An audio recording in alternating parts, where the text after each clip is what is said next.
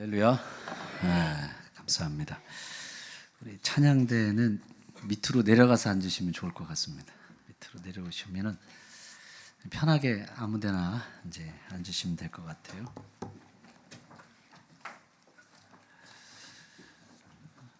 이 책자 받으셨죠? 네, 이 책자 보시고 오늘 날짜에 해당하는 그 내용들을 설교할 때 감동되는 내용들이 있으시면 거기다가 쓰시면 될 것 같습니다. 이거 없으신 분들은 그 이야기하셔서 받으시고, 볼펜 없으신 분들은 또 볼펜 또 달라고 하시기 바랍니다. 네. 부흥인데 제가 감사 헌금 이름은 제가 안 부르겠습니다. 네.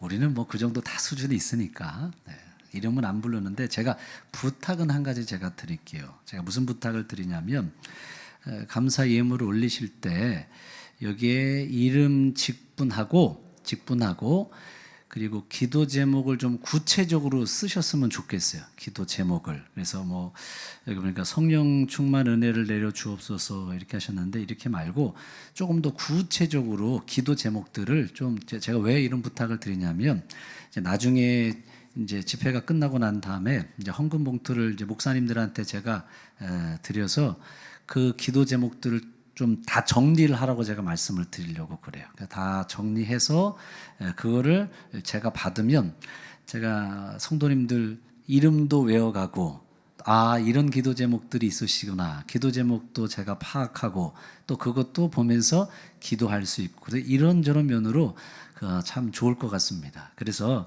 여기다가 하실 때는 좀 구체적으로 좀 쓰세요. 아셨죠? 성령 충만 은혜를 내려 주옵소서라고만 하지 마시고 뒷면에도 괜찮습니다. 그래서 뭐 다른 건 뭐 목사가 뭐 다른 게 있겠어요. 우리 성도들을 위해서 기도하려고 하니까 기도 내용만 좀 구체적으로 써서 내주시면은 감사하겠습니다. 그래, 앞뒤 좌우에 계신 분들하고 한번 인사 나누겠습니다. 우리 은혜 많이 받읍시다. 네, 감사합니다. 부흥회니까 이제 마음의 문을 열고 편안하게, 청년들 손 들어보세요. 청년의 우리 멋진 청년들. 그래요. 청년들 나와서 고마워요. 우리 박수 한번 해줄까요? 그래요. 우리 교회의 기둥, 우리 교회의 미래입니다. 그렇죠? 네, 우리 청년들 위해서 우리 많이 기도해 주시길 바랍니다. 하나님 인간을 창조하실 때 흙으로 창조하셨습니다. 그러니까 사람이 흙에서 와서 흙으로 간다, 그런 이야기를 합니다. 그런데 하나님이 흙으로 만드셔서 그러신지 인간이 참 연약한 존재입니다. 인간이 연약하죠. 조금만 무리를 해보세요. 병이 듭니다. 밤새 보세요. 뭐 예를 들어서 한 2, 3일 정도 밤새면 그 다음부터는 일주일이 피곤한 거예요. 그 정도로 우리 몸이 연약한 존재입니다. 제가 일전에 한번 이제 서울대학병원에 3일 정도 입원했습니다. 근데 저는 대학병원에 사람이 그렇게 많은 줄을 몰랐어요. 그 병실에 사람이 그냥 빈틈이 없을 정도로 꽉 들어차 있는 걸 보고, 야, 이렇게 아픈 사람이 많구나, 깜짝 놀랐습니다. 저희 어머니가 이제 유방암이셔서 세브란스에서 이제 유방 절제 수술을 하셨거든요. 근데 절제 수술하고 그 다음날 나가라고 하더라고요. 왜냐하면 대기 환자가 너무 많은 거예요. 그래서 이런 대학병원에서는 오랫동안 환자가 있을 수가 없죠, 장로님. 있을 수가 없어요. 워낙 대기 환자가 많으니까 빨리 내보내는 거예요. 참 사람이, 아픈 사람들이 그렇게 많구나. 암병동 한번 가보셨나요? 암병동? 저 깜짝 놀랐어요. 암병동에 가는데, 이렇게 우리 주변에 암으로 고통받는 분들이 이렇게 많았나? 그런 생각이 들 정도로 그 암 환자들이 그렇게 많고요.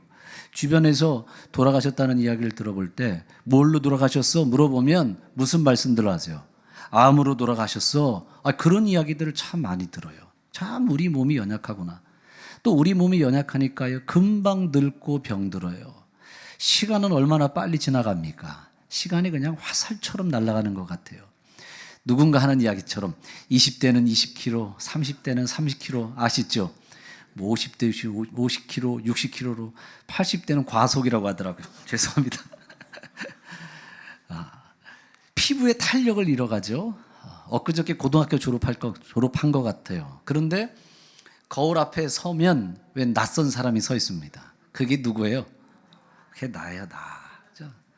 참 우리 인간은 질그릇 같은 존재. 또 질그릇이 얼마나 쉽게 깨져요. 던지면 그냥 다 박살나 버리잖아요. 그러니까 우리 인간이 그렇게 연약해요. 그냥 던지면 깨지는 존재. 이렇게 연약한 존재. 그러면 우리 인간이라는 존재가 이렇게 연약해요. 금방 부서져요. 금방 병이 들어요. 시들어요. 그럼 이렇게 질그릇같이 연약한 우리 인생인데, 그러면 질그릇 같은 우리 인생이 이렇게 끝나버리면 얼마나 허무하겠어요. 그냥 아무것도 없이 그냥 깨지는 인생으로 끝나버려요. 얼마나 허무해요. 그런데 하나님은 질그릇 같은 우리 인생이 우리가 그렇게만 살아가는 것이 아니라 우리가 하나님 앞에 빛나는 인생을 살기를 원하십니다. 영광스러운 인생을 살기를 원하십니다. 난 우리 청년들이 빛나는 인생, 영광스러운 인생 살기를 축복합니다. 우리 청년들 그런 인생 살아가야 돼. 멋진 인생 한번 살아가야 되는 거예요. 그러면 질그릇 같은 우리 인생이 하나님 앞에 빛나는 인생, 영광스러운 인생을 살아가야 하는데, 어떻게 하면 우리가 그런 인생을 살아갈 수 있을까? 우리가 말씀을 통해서 좀 살펴보려고 해요. 첫 번째는 여러분, 닮는 싸움을 벌여야 돼요. 따라해 보세요. 닮는 싸움을 벌여야 한다. 닮는 싸움을 벌여야 돼요. 말씀을 잘 보세요. 바울이 이렇게 얘기합니다. 우리가 이 보배를 질그릇에 가졌으니, 질그릇은 우리 자신을 이야기하는 거예요. 우리는 질그릇처럼 연약한 존재라는 거예요. 그런데 질그릇 같은 연약한 우리 존재에 그 앞에 말씀 보세요. 무엇을 담았을까요? 보배를 담았다. 보배.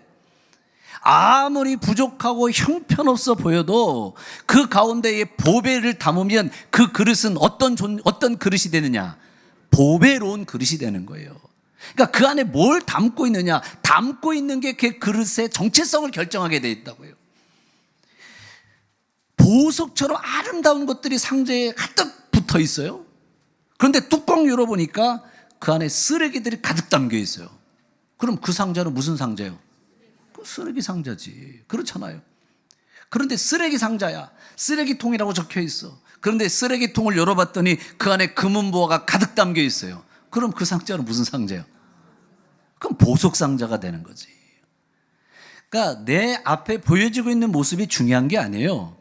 내 겉모습이 중요한 것이 아니라 지금 질그릇 같은 내 인생에 뭘 담고 살아가느냐, 그게 중요한 거예요. 그래서 인생이 뭐냐면, 인생은 담는 싸움인 거예요. 따라해보세요. 인생은 담는 싸움이다. 우리 청년들 잘 기억해요. 인생은 담는 싸움이에요. 질그릇 같은 내 인생 가운데에 세상의 쓰레기들만 담아놓으면 쓰레기 같은 인생 되는 거고, 내 질그릇 같은 가운데에 가장 좋은 보석들을 담으면 보석 같은 인생을 살아가는 거예요. 인생에 담는 싸움이에요. 뭘 담고 살아오느냐. 이전까지 나는 지나오면서 내 인생에 뭘 담고 살아왔지? 내 남은 인생 가운데는 뭘 담고 살아가지? 담는 싸움이에요. 담는 싸움. 우리가 잘 알고 있는 장애인 가운데 닉 부이치치라고 하는 분이 있죠. 아마 한 번 정도 얘기 들어보셨을 거예요. 닉 부이치치 옆에 레나 마리아. 이 닉 부이치치를 보세요. 팔, 다리 다 장애를 가지고 있죠. 자기 몸을 비교하면서 나는 왜 이런 인생을 살아가나? 왜 이렇게 내 몸은 이럴까? 만약에 낙심하고 절망하고 그렇게 살았으면 그의 인생이 완전히 산산조각 났을 거예요. 그런데 자기의 모습은 비록 그렇게 보여도 질그릇 같은 그 인생 가운데 하나님의 은혜를 담고 능력을 담고 말씀을 담고, 그러니까 그 인생이 능력 있는 인생을 살아가요. 이분 강연 얘기 들어보셨을 거예요. 강연 때 이런 얘기 하거든요.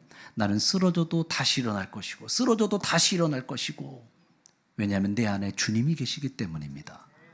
그러니까 장애를 가지고 있지만 그 안에 뭘 담았어요? 주님을 담은 거잖아요. 주님을 담으니까 장애의 모습을 가지고 있어도 빛나는 인생, 영광스러운 인생을 살아가잖아요. 레나 마리아, 조금 전에 사진 다시 보면 여자분 보세요. 이분도 보면 두 팔이 없죠. 한쪽 다리가 짧죠. 그런데도 세계 장애인 수영 선수권 대회에 나가서요, 사관왕이에요. 사관왕. 대학에서요, 성악을 전공해서 찬양 사역자가 됐어요. 자기의 그 질그릇 같은 인생 가운데 하나님의 은혜를 담고 하나님의 말씀을 담고 하나님의 기쁨을 담으니까 빛나는 인생을 살잖아요. 그러니까 우리 인생이 뭐예요? 담는 싸움이야. 담는 싸움. 내가 지금까지 살아오면서 뭘 담고 살아왔나? 앞으로 내 남은 인생이 뭘 담고 살아갈 것인가? 잘 생각해 보십시오. 지금까지 살아오면서 온갖 세상의 것들만 가득 담고 살아왔다? 그럼 세상적인 사람이지. 그런데 지금까지 살아오면서 하나님의 말씀을 담아오고 은혜를 담아오고, 그러면 그 사람은 말씀의 인생이고 은혜의 인생이고. 그래서 우리 공주교회 성도들이 날마다 내 인생 가운데 뭘 담고 살아갈 건가, 담는 싸움이요.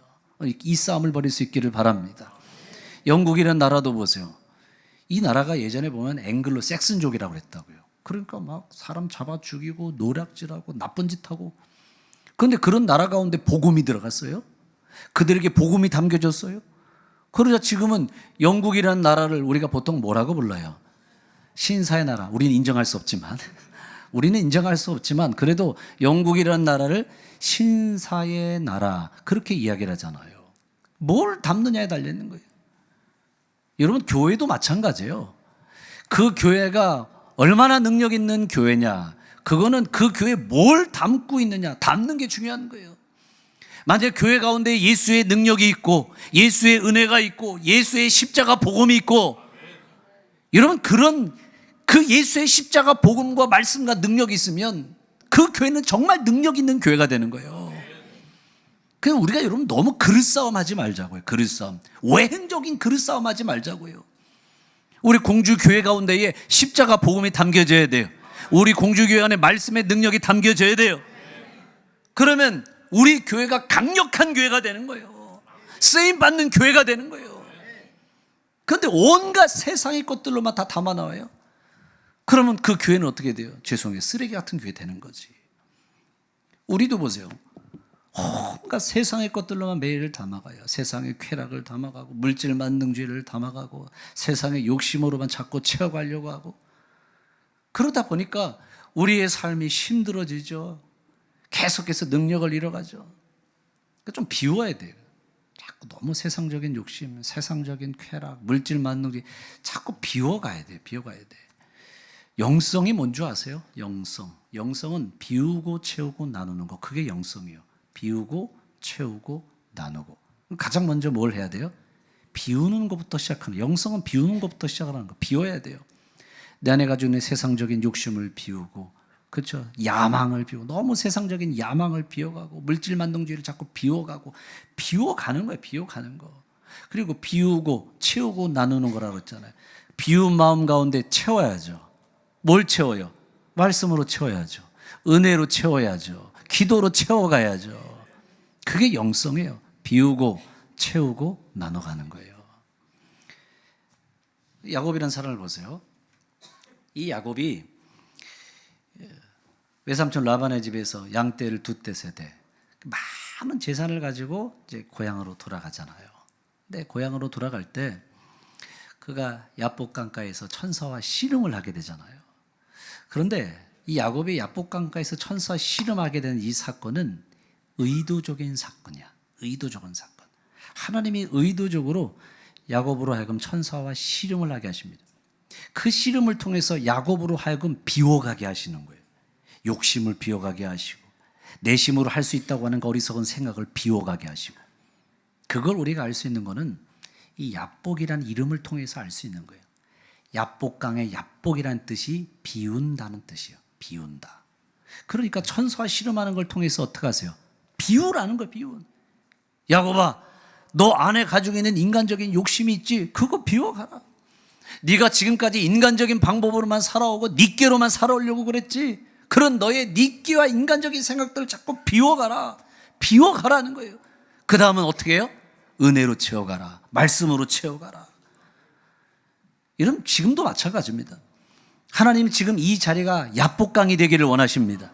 야복의 자리가 되기를 원하십니다. 좀 비워가라는 거예요. 왜 자꾸 그 세상적인 욕심과 세상적인 야망, 여기에만 사로잡혀서 살아가려고 하느냐? 좀 비워가라. 비워가라. 야복강이 되기를 원하세요. 그리고 비워진 우리 마음 가운데 채워가라. 채워가라. 좀 말씀을 채울 수 없니? 하나님의 은혜를 채워갈 수 없니? 그 가운데 기도를 좀 채워갈 수 없니? 예수의 사랑을 좀 채울 수 없니? 그 가운데 복음의 능력을 채워갈 수 없니? 자꾸 채워가라는 거. 채워가. 그래서 인생에 담는 싸움이에요. 여러분 좋은 명품 옷을 입고요, 좋은 자동차를 입고 정말 의리의리한 저택에 살고 있어요. 근데 그런 걸 가지고 너무 열등감을 가질 필요가 없어요. 왜냐하면 겉모습이 우리의 모든 걸 결정하는 게 아니에요. 겉모습이 나를 결정하는 게 아니라고요. 아무리 보기에 그럴듯해 보여도 그 안에 추하고 쓰레기 같은 것만 담고 있으면 그 사람이 그거예요. 반면에 허름해 보여요. 허름해 보여도 그 가운데 여러분 예수의 복음, 예수의 사랑, 예수의 은혜를 담고 있어 보세요. 그 사람이 진짜지. 겉모습이 나를 결정하지 않아요. 우리가 잘 알고 있는 동화 중에 이런 동화가 있습니다. 왕자와 거지. 들어보셨으면 고개를 끄덕끄덕 해보세요. 들어보셨나요? 왕자와 거지라는 어린아이들 동화죠. 오늘 왕자가 보니까 얼굴이 나하고 똑같이 생겼어. 이야, 보니까 이병호 장로님 나하고 얼굴이 똑같이 생겼어. 잘생겼어. 네. 똑같이 생긴 거. 이야, 너 어떻게 나하고 얼굴이 이렇게 거지를 보고 어떻게 나하고 얼굴이 똑같이 생겼니? 너 왕궁에 들어와 있어. 내가 세상 구경 좀 한번 해봐야 되겠다. 그래서 옷을 바꿔 입어요. 거지는 왕자의 옷을 입고 왕궁에 앉아 있고, 왕자는 거지의 옷을 입고 세상 구경을 하고 돌아다니는 거예요. 그런데 보세요. 옷이 바뀌었단 말이에요. 옷이 바뀌었는데 왕자는 왕자의 옷을 입고 왕궁에 있지만 거지 같은 모습을 보여요. 거지 같은 행동을 해요. 그렇죠? 왜냐하면 난 거지니까. 왕자는 거지의 옷을 입고 시장 이곳저곳을 돌아다닙니다. 그런데 그것을 돌아다닐 때마다 사람들에게 지시하고 명령하는 거예요. 그렇죠? 왜 그런 거예요? 난 왕자니까. 난 왕자니까. 잘 보세요. 그 사람이 보여주고 있는 옷은 왕자지만 그 속 사람은 거지잖아요. 그러니까 거지 같은 인생을 살아요. 거지의 옷을 입고 있지만 그의 속 사람은 왕자예요. 정체성이 왕자예요. 그러니까 왕자 같은 인생을 살아가요. 보여주고 있는 내 겉모습이 나를 결정하는 게 아니에요. 겉모습이 나를 결정하는 게 아니라 내 속사람이 나를 결정하는 거라고. 내 속사람에 뭐가 담겨져 있느냐, 그게 나를 결정하게 돼 있는 거라. 옷 가지고 결정하지 않는 거예요. 내 안에 내가 비록 보여지는 겉모습은 조금 허접해 보여요.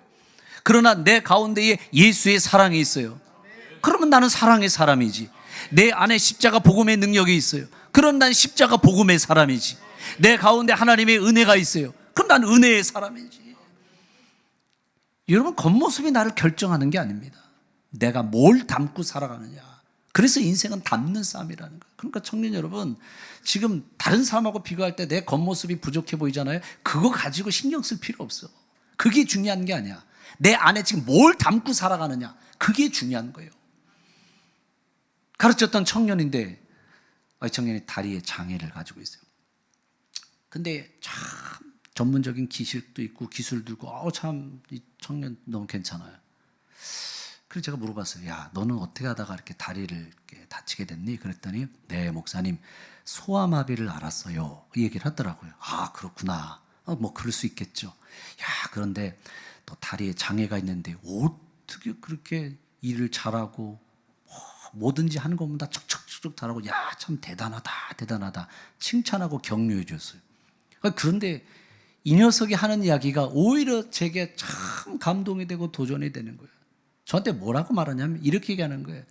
목사님, 다리에 장애가 왔지 마음의 장애가 온 게 아니잖아요. 맞죠? 맞죠? 다리에 장애가 온 거지 마음의 장애가 온 게 아니잖아요. 그러니까 이 청년, 이 안에는 벌써 그 가운데에 뭐가 담겨 있는 거예요? 예수의 능력이 담겨져 있는 거야. 그 겉에 보여지는 그 모습이 결정해야 하는 게 아니에요. 드러나는 모습이 중요한 게 아니야. 인생은 담는 삶. 지금까지 지나오면서 닮았다 원망하는 사람이 있죠. 그냥 원망, 불평, 부정적인 이야기하고 그런 것들만 내 인생에 담아왔기 때문에 어쩌면 내 인생이 그렇게 힘들었는지도 몰라요. 그래서 날마다 우리 가운데 자꾸 담는 싸움을 벌이십시오. 좋은 것들을 자꾸 채워가세요. 내 안에 은혜를 채워주시옵소서, 말씀을 채워주시옵소서, 사랑을 채워주시옵소서, 기도를 채워주시옵소서. 자꾸 내 안에 좋은 것들을 채워가십시오. 좋은 것들로 채워가면 오늘 내 인생이 빛나는 인생, 영광스러움으로 살게 하십니다. 이런 담는 싸움 벌여야 돼. 우리 공주교 성도들이 날마다 오늘 우리 가운데 하나님의 은혜와 말씀과 능력과 이 예수의 사랑과 십자가 복음을 채워갈 수 있기를 주님의 이름으로 축복합니다. 두 번째는 질그릇 같은 인생, 근데 어려움을 당하지 않게 한다고 성경은 이야기해요. 사면 초과에도 어려움의 위기를 당하지 않는 말씀을 보세요. 8절 읽어보겠습니다. 시작. 답답한 일을 당하여도 낙심하지 아니하며 사방에 우겨싸임을 당했다 그랬어요. 사방에 우겨싸임을 당했다. 앞에는 홍해 가다가 가로막혀 있어요. 뒤에는 바로의 군사들이 나를 쫓아오고 있어요. 그러면 사방에 우겨싸임을 당한 거잖아요. 에스더 이야기도 보세요. 이 하만이 왕의 제가를 받아서 유대인들은 전부 싹 다 죽여버려라. 도저히 이 상황을 피할 방법이 없어요. 그게 사면초가의 위기라는 거예요. 사면초가의 위기. 그런데 말씀을 다시 한번 잘 보시기 바랍니다. 말씀을 잘 다시 한번 보세요. 좀 전에 8절 말씀을 다시 한번 보여줘보면 지금 말씀 보세요. 내가 사방에 우겨싸임을 당했는데 쌓이지 않았다고 그랬어요. 역설적인 이야기죠. 아니 사방에 우겨싸임을 당한 건 당한 거지 우겨싸임을 당했는데도 쌓이지 않았다라는 역설적인 이야기를 합니다. 도대체 왜 그럴까요? 사방에 우겨싸임을 당하여도 쌓이지 않은 이 역설적인 이야기를 하는 이유, 그 이유는 한 가지, 하늘길이 열렸기 때문이에요. 사방에 우겨싸임을 당하였지만 하늘길이 열려 있어요. 그래서 여러분, 하늘길이 열려 있는 사람들은 여유만만한 인생을 살아갑니다. 하늘길이 열려 있는 사람들은 걱정하고 근심하지 않습니다. 아무리 문제가 와서 나를 둘러싸고 아무리 힘든 일들이 나를 둘러싼다 할지라도 그렇게 사방에 우겨싸임을 당하여도 어디가 열렸어요? 하늘길이 열렸잖아요. 하늘길. 그래서 예전에 저는 이 말씀 묵상하면서 그런 생각이 들었어요. 나중에 교회를 건축하면 지붕이 열리게 하면 얼마나 좋을까. 그런 생각이 들더라고요. 사방에 우겨싸임을 쌓여도 쌓이지 않습니다. 하늘길이 열려있기 때문입니다. 그 하늘이 쫙 열리면서 그래, 하늘길이 열려있구나. 이 시청각 효과를 보여주면 얼마나 좋을까. 야구장 돔이 열리듯이 뭐 그런 생각도 한번 해본 적이 있어요. 예전에 이 독일이라는 나라가 동독, 서독으로 나눠졌던 때가 있었죠. 그렇죠? 동독은 공산주의죠. 그런데 기억하시는지 모르겠습니다. 이 베를린이잖아요. 독일의 수도가 베를린인데 이 베를린이 어디에 있었는 줄 아세요? 베를린이 동독 안에 있었어요. 동독 안에, 베를린이 동독 안에 위치하고 있었습니다. 그리고 베를린도 반으로 나눴죠. 동베를린, 서베를린 이렇게 나눠 있습니다. 그러니까 이 동독 공산주의 안에 베를린이 콕 박혀 있으니 이 베를린 안에 있는 사람이 들어올 수도 없고 나갈 수도 없는 상황이었습니다. 그런데 문제는 어떤 문제가 있냐면 모든 물자들이 육로를 통해서 왔다 갔다 해야 되는데 방법이 없잖아요. 살 길이 막막해. 그래서 실제 여러분 기록에도 나와 있는 이야기인데 이 베를린이 봉쇄된 거예요. 봉쇄되는 거예요. 너희는 다 죽었다. 항복해라. 이제 사방에 우겨싸임을 해서 봉쇄되어 있는 그 상황 속에서 모든 필요한 생필품, 먹어야 될 모든 것들을 비행기로 공수를 해주게 됩니다. 비행기로. 그래서 사진 한번 보여주세요. 사진. 이 실제로 있는 이야기예요. 사진. 네, 저기 보세요. 소련의 베를린 봉쇄, 미국이 대응한 방법, 베를린 공수작전. 비행기를 통해 가지고 모든 물자를 쏟아주는데 제가 그 당시 기록을 살펴봤어요. 1년 동안에 비행기가 이륙했던 횟수가 27만 828회. 안 놀랄 줄 알았어요. 27만 828회.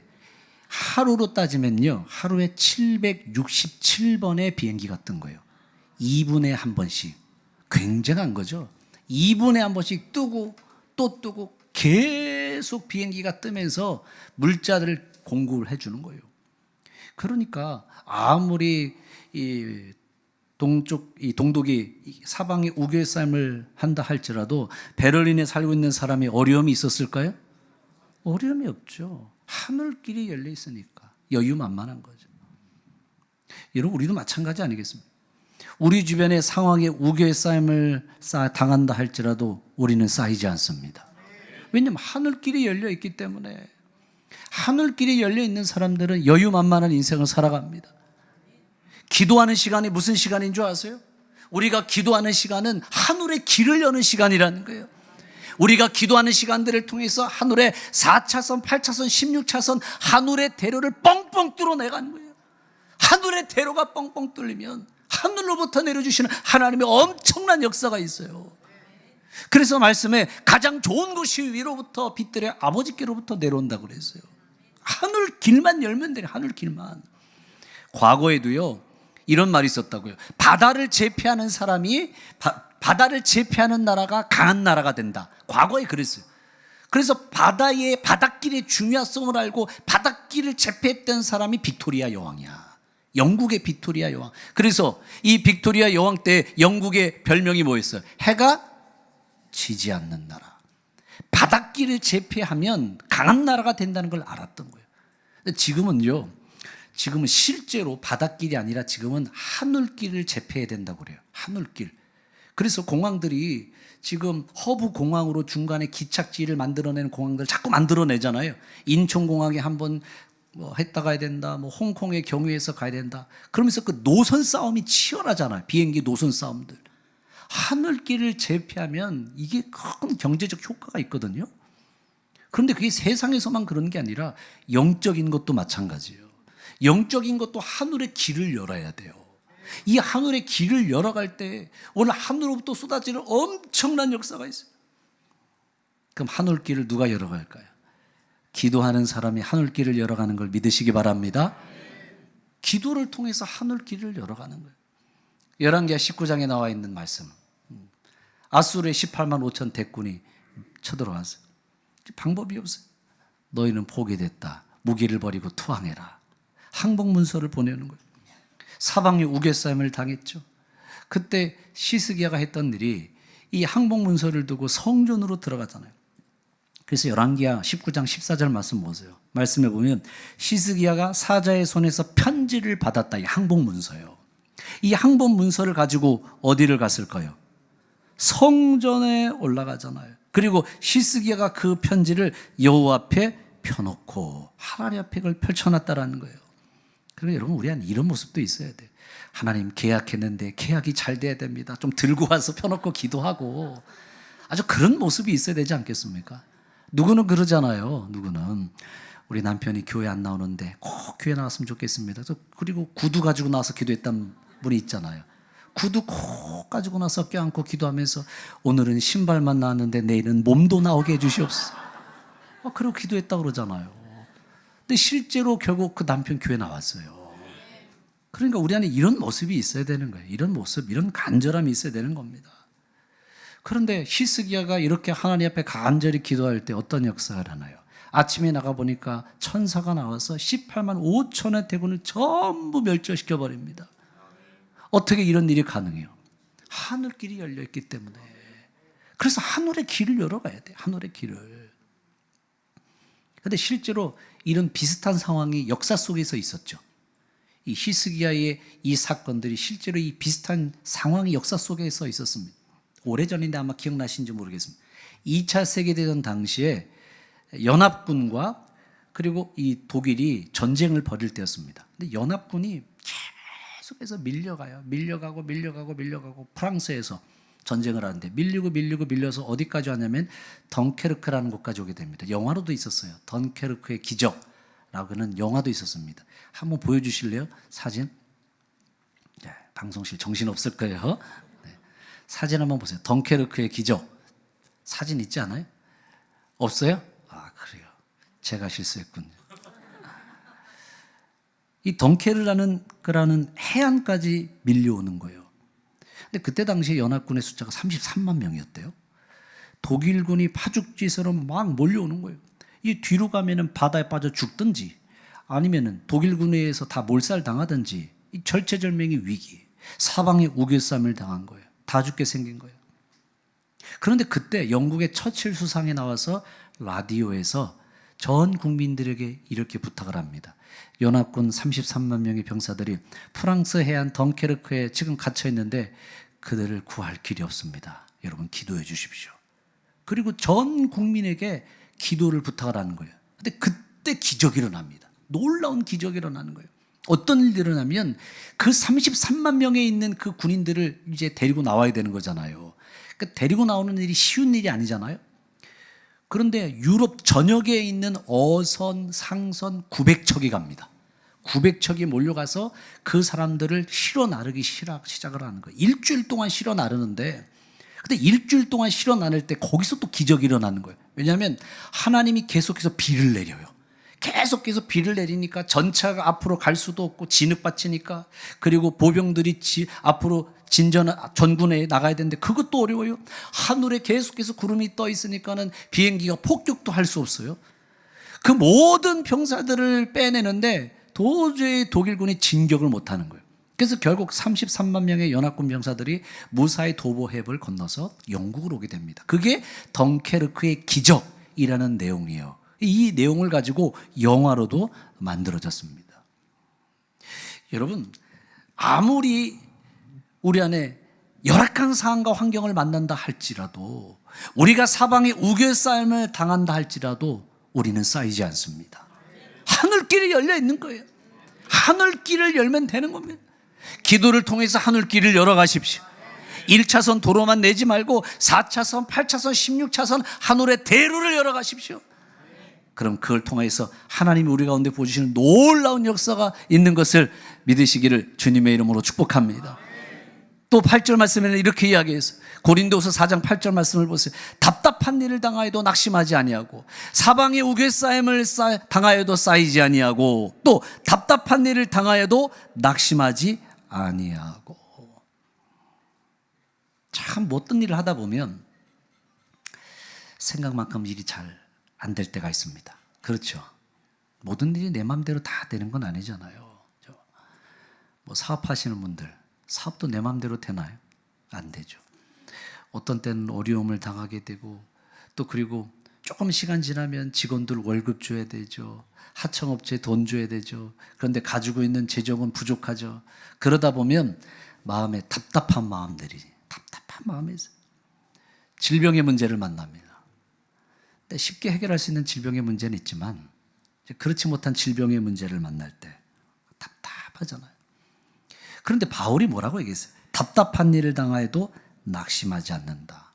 왜냐하면 우리가 이 답답한 마음을 가지고 나와서 그 마음을 하나님께 올려드리는 거예요. 우리 찬송 우리 알고 있잖아요. 주 예수께 조용히 나가 내 마음을 쏟아놓으라. 내 마음을 쏟아놓으라. 기도가 뭐냐면, 기도는 내 마음을 하나님께 드리고, 그리고 돌아갈 때는 하나님의 마음을 받아가는 거예요. 그게 기도예요. 따라해보세요. 내 마음을 하나님께 드리고 하나님의 마음을 받아가자. 그게 기도예요. 기도. 내가 이 자리에 나올 때는 답답한 마음이 있어요. 낙심되는 마음이 있어요. 근데 그 답답한 마음을 하나님께 드리고, 그리고 기도가 끝나고 돌아갈 때는 하나님의 마음을 담아서 돌아가는 거예요. 잘 보십시오. 기도하고 돌아가는 모습들을 한번 살펴보세요. 처음에 기도의 자리에 나올 때는 얼굴 표정들이 참 어두울 때가 있어요.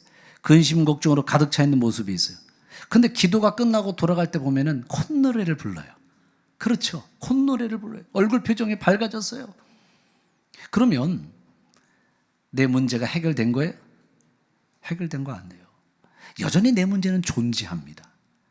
그대로 문제는 존재하는데, 이 기도가 끝나고 돌아갈 때 보면 콧노래를 부르면서, 찬양을 부르면서 밝은 표정으로 돌아가요.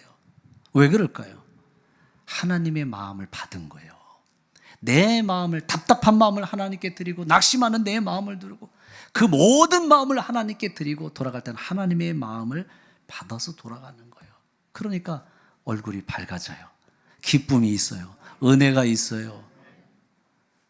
그래서 우리 공주교회 성도들이 이 기도의 자리에서 답답한 일이 있을 때 그 마음을 하나님께 올려드리고 하나님의 마음을 받아서 돌아갈 수 있기를 축복합니다.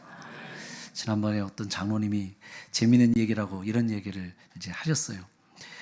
어떤 주인이 말 주인인데 말 주인이 그랬어요. 우리 말을 울리는 사람 있으면 제가 상급을 주겠습니다. 그랬대요. 울리고 있어요. 울리고 있어요, 진짜. 어떤 사람이 나와서 그래서 말 귀에다가 막 속삭였더니 말이 막 울더래요. 그래서 주인이 물어봤어요. 아이고, 무슨 얘기를 했길래 우리 말이 이렇게 울어요? 그랬더니 개척교회 얘기를 해줬어요. 그때 울더래요. 그 다음에 말 주인이 또 그랬대. 저도 들은 거예요, 장로님한테. 그러더니 말 주인이 또 그러더래요. 우리 말을 고개를 설레설레 흔들게 만들면 그럼 내가 상급을 주겠다고. 그랬더니 이 사람이 나와서 또 얘기를 하더니 말이 고개를 설레설레 흔들더래요. 주인이 물어봤어요. 왜 무슨 얘기를 해서 했더니 나하고 개척교회 같이 할래? 그랬더니 고개를 설레설레 흔들었대. 여기 그분 계세요. 말씀하시면 개척교회가 참 어려워요. 제가 아는 목사님은 이 잠옷실에 한이 맺혔어. 왜냐하면 이제 교회를 하는데 이제 공간이 좁으니까 잠옷실이 없었던 거예요. 그러니까 젊은 새 가족이 와서 보니까 잠옷실이 없는 거야. 잠옷실이 없네. 그리고 교회를 갔어. 그러니까 그게 한이 맺혔어. 그래서 잠옷실 어디를 가도 잠옷실은 크고 으리으리하게. 제 선배 목사님인데 전도를 열심히 했어요. 그래서 이제 젊은 가정이 교회 왔는데 이제 목사님 교회가 이제 지하에서 교회를 시작을 하셨거든요. 그런데 그 새 가족이 오는 그날 따라서 비가 막 내리고 천둥번개처럼 별로 날씨가 그렇게 안 좋은 날 새 가족이 왔어요. 예배를 드리는데 막 천둥번개가 마치 그러더니 정전이 된 거야. 그런데 이제 지하실에 예배당이 있다 보니까는 정전이 되니까는 캄캄한 거예요. 그게 어떻게 목사님이 예배를 드리다가 우리 선배 목사님인데 예배 드리다 말고 그랬어요. 죄송한데요. 제가 가서 초를 좀 사옵겠습니다. 그래서 예배 드리다 말고 뛰쳐나가가지고 슈퍼마켓에서 초를 사가지고 와서 돌아보니까 아무도 없어. 다 돌아간 거야. 그러면서 그 자리에 털썩 무릎 꿇고 엉엉 운 거예요. 엉엉. 그죠? 자, 그렇게 개척교회가 쉽지 않아요. 어려워요. 다윗이 아둘람 굴에 있을 때 보세요.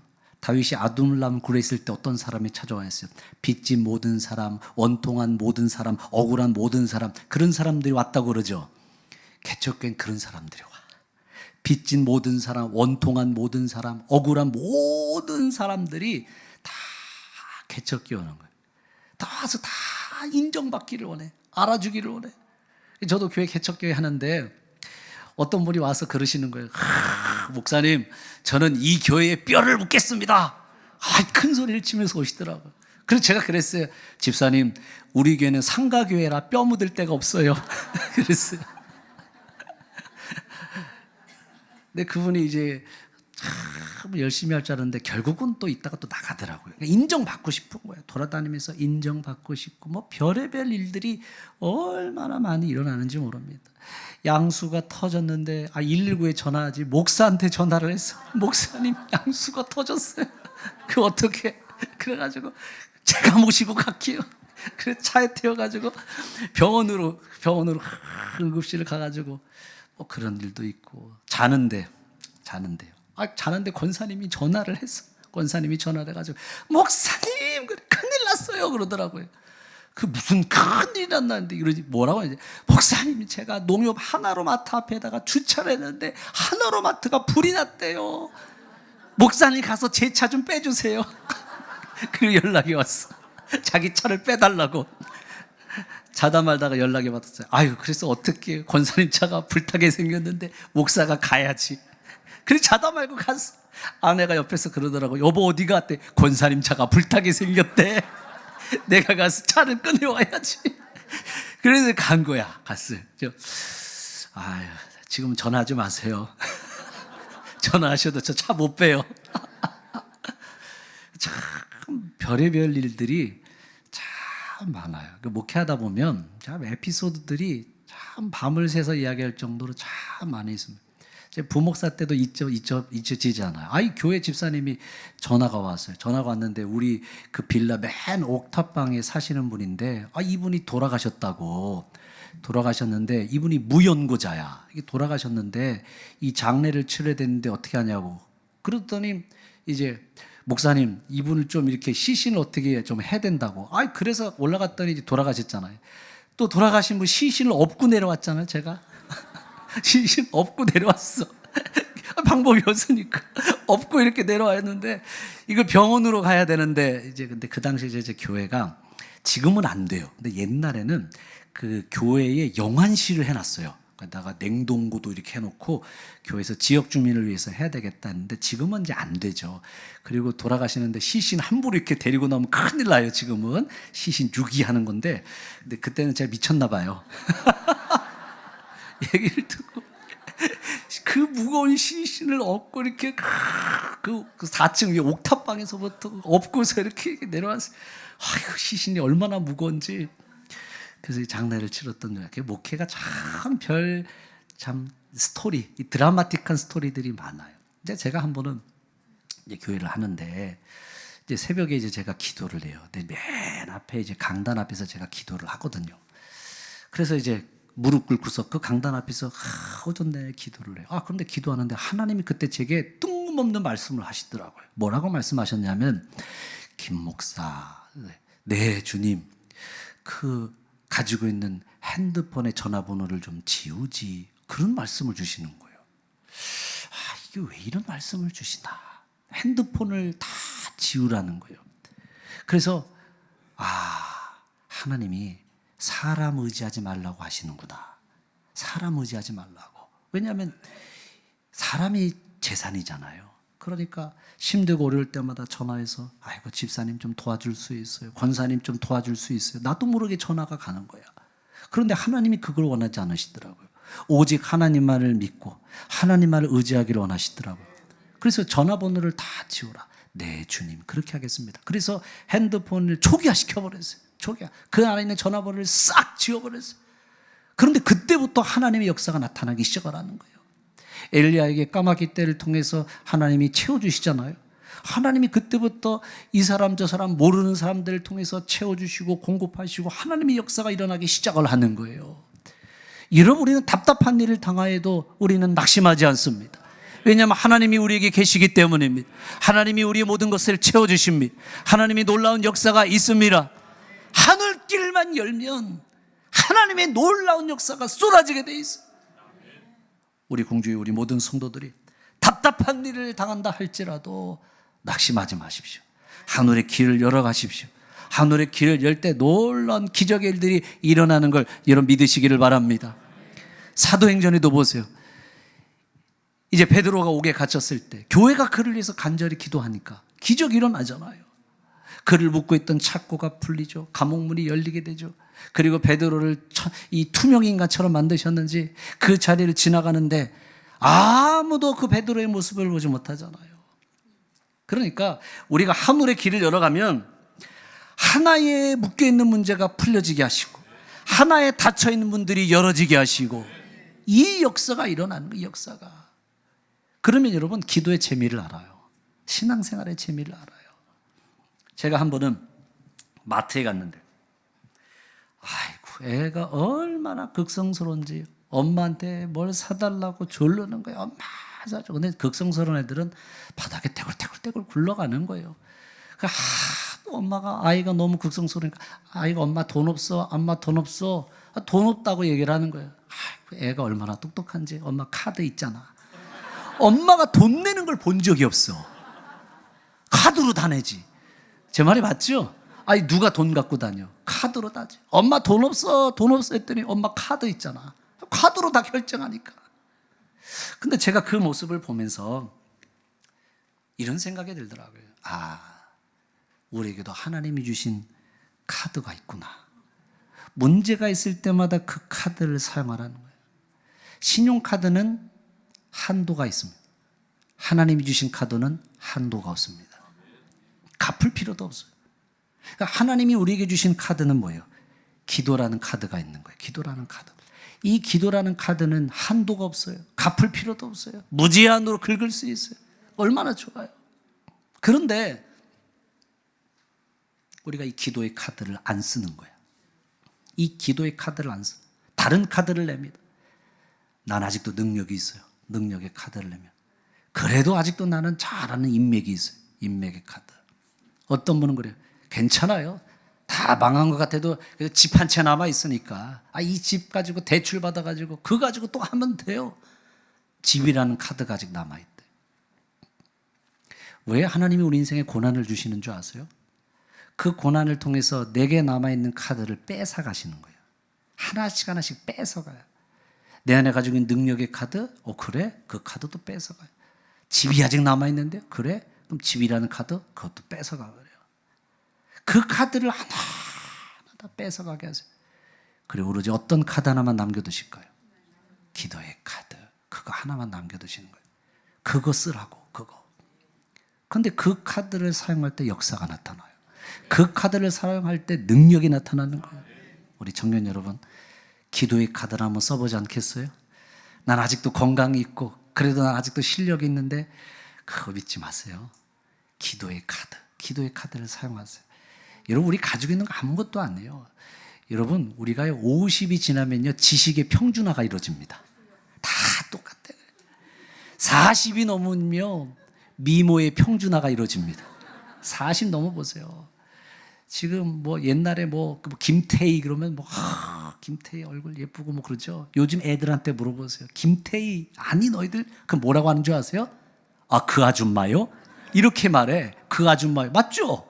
아줌마지. 다 소용없어. 우리 안에 남는 건 오직 기도의 카드 하나예요. 그 기도의 카드를 붙드십시오. 그 기도의 카드를 통해서 하나님의 역사를 이뤄갈 수 있길 주님의 이름으로 축복합니다. 세 번째, 우리 뒤에 하나님이 계세요. 따라해 보세요. 우리 뒤에 하나님이 계신다. 9절 말씀 보세요. 읽어보겠습니다. 시작. 박해를 받아도 버림받지 아니하며 거꾸로 뜨림을 당하여도 망하지 아니하고. 아멘. 우리가 질그릇 같아요. 연약합니다. 그래서 예수 믿어도 어려움이 있을까 없을까요? 있죠. 예수 믿으면 병에 걸려요, 안 걸려요? 걸려요. 예수 믿으면 망해요, 안 망해요? 망하기도 해요. 예수 믿으면 만사형통. 이건 잘못 알고 있는 거예요. 예수를 믿어도 어려움이 있고 예수를 믿어도 실패를 경험하게 돼 있어요. 차이가 한 가지 있어요. 차이가. 세상 사람과 우리의 차이가 있어요. 우리가 어려움을 당하고 실패를 똑같이 당하기도 하지만 우리 뒤에는 하나님이 계세요. 우리 뒤에 벽돌 같은 하나님이 계시는 거라고요. 그러니까 잘 보세요. 종이가 있어요. 종이. 얼마나 약한 종이에요. 이 종이 가지고 막 찔러대보면 이 종이가 뚫어져요, 안 뚫어져요? 뚫어지지. 왜 안 뚫어지겠어요? 그런데 이 종이가 이렇게 연약한데 이 종이 뒤에 벽돌이 있다고 한번 생각해 보랬어요. 벽돌이 딱 붙어있어요. 그럼 손가락을 가지고 계속해서 찔러지면 종이가 찢어질까요? 손가락이 부러질까요? 손가락이 부러지는 거죠. 그러니까 말씀에 핍박을 받아도 버림받지 아니하고 거꾸로 튀임을 당해도 망하지 않는다. 우리 뒤에 벽돌 같은 하나님이 계시기 때문입니다. 그래서 절대 성도는 쓰러지지 않아요. 성도는 망하지 않아요. 하나님이 다시 일어나게 하십니다. 그게 우리의 존재예요. 오히려 핍박을 당하고 어려움을 당해도 그것조차 합력하여 선으로 이뤄가시는 하나님의 역사가 있어요. 초대교회 가운데 핍박이 일어나는 거예요. 그러자 스데반이 죽임을 당하고 많은 사람들이 흩어져요. 그런데 핍박을 당하면 초대교회가 못 닫을 줄 알았는데 오히려 그것을 통해서 예수 믿는 사람들이 핍박을 피해 전 세계로 뻗어나가서 복음이 증거될 수 있는 기회로 하나님이 바꿔버리잖아요. 그러니까 하나님 핍박조차도 합력해서 선으로 바꿔버리시는 분이세요. 중국을 보면 중국이 문화혁명이 일어나면서 전부 예수 믿는 사람들을 감옥에 가두고 교회를 다 문을 닫게 그렇게 만들었습니다. 그러면 교회가 전부 없어졌느냐? 그렇지 않아요. 오히려 그 핍박 속에서 교회는 지하교회의 모습으로 바뀌었습니다. 지하교회는 지하실에서 드리는 교회가 아니에요. 지하교회는 드러내놓지 않고 모이는 걸 지하교회라고 한단 말이에요. 그런데 지하교회로 사람들이 모여지기 시작을 하는데 목회자가 없으니까 모든 성도들의 목회자화가 됐어요. 모든 성도들이. 그리고 예배 드리다가 걸리면 공안에서 걸리면 잡혀가요. 그래서 아예 순번을 정해놨어요. 첫 번째 당신이 이번에 예배를 인도하세요. 잡혀가면 두 번째 당신, 그 다음 세 번째는 당신, 네 번째. 그러니까 전 성도의 목회자와 그러니까 전군의 간부와처럼 전 성도의 목회자화를 만들어버린 거예요.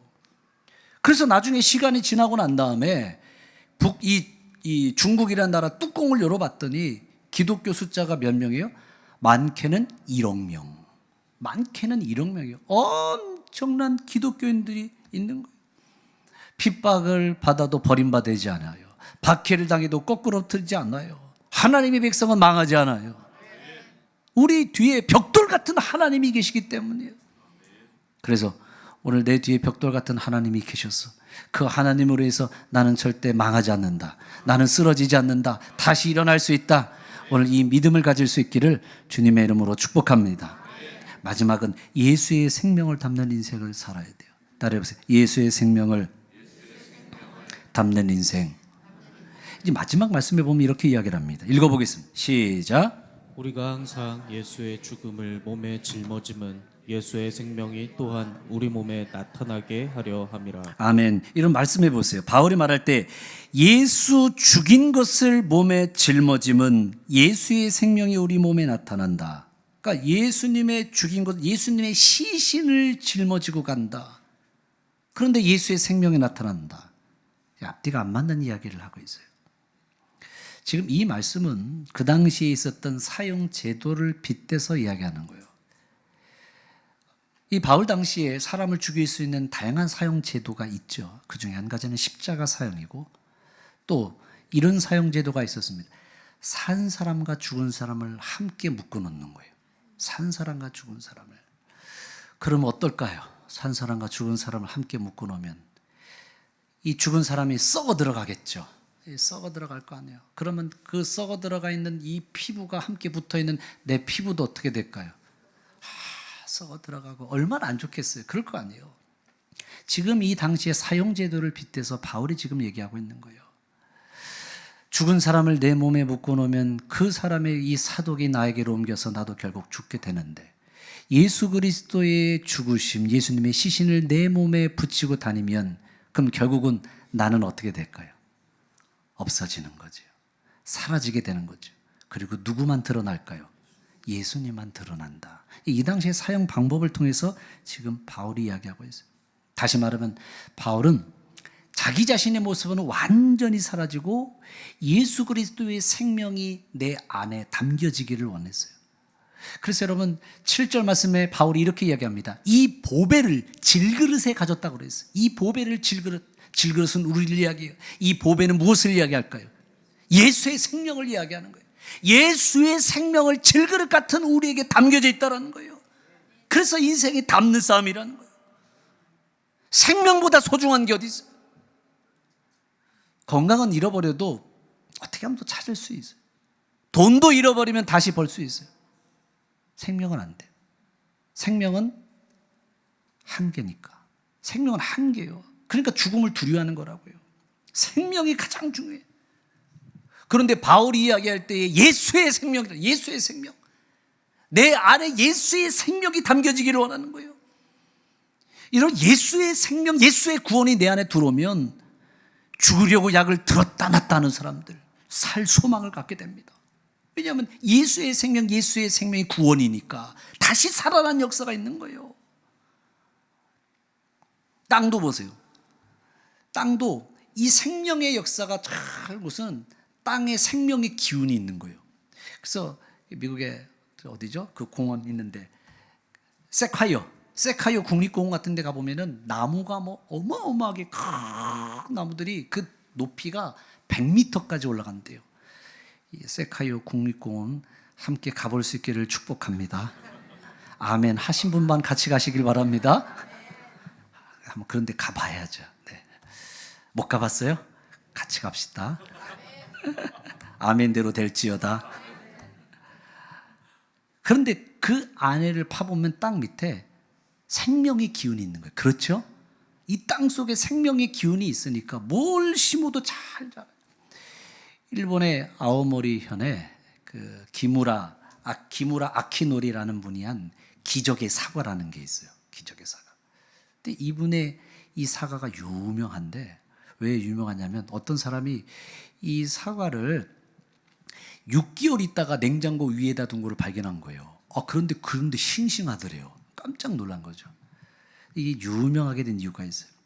이 기무라 아키노리가 이게 농약을 주지 않아도 아주 싱싱하고 병충해에 강한 그런 사과를 좀 재배해야 되겠다 이런 생각을 했는데 실패를 했어요. 야, 이게 결국 농약을 줘야 되는 건가 그런 생각을 가졌어요. 그래서 몇 번 실패하니까 모든 재산을 다 잃어버리고 죽어야 되겠다 이 생각을 가져요. 그래서 산에 올라가서 목매달아 죽으려고 산을 올라가요.